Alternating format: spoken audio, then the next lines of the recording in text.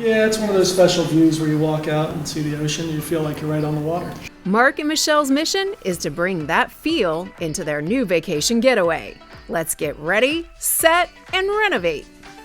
I can see why you guys bought this place. This is an unbeatable view right here. But the rest of the place, the kitchen, the master, the bathrooms, and those popcorn ceilings and the floors. We're pretty much going to gut it from floor to ceiling. Starting with a pretty cool tool. What is this little machine you have?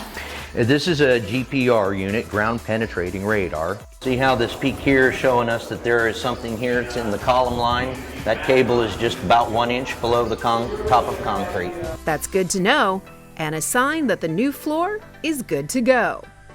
First, the tile, then the grout. Once the neutral colored grout has been smoothed over the tiles, the excess is sponged off and left to dry.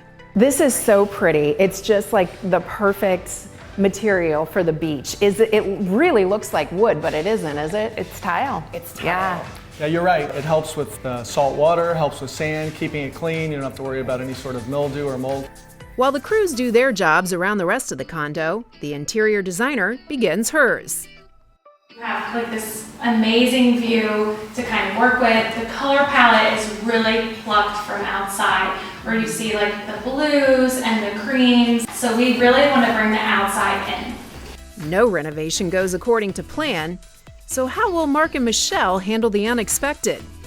What personal touches did they add along the way? And did they find a way to bring the beach inside? When you guys renovate, you do it right. This is unbelievable. But before Mark and Michelle move in, We're going to come back in a couple days and do the whole zhuzhing process. we'll show you what that is on Ready, Set, Renovate.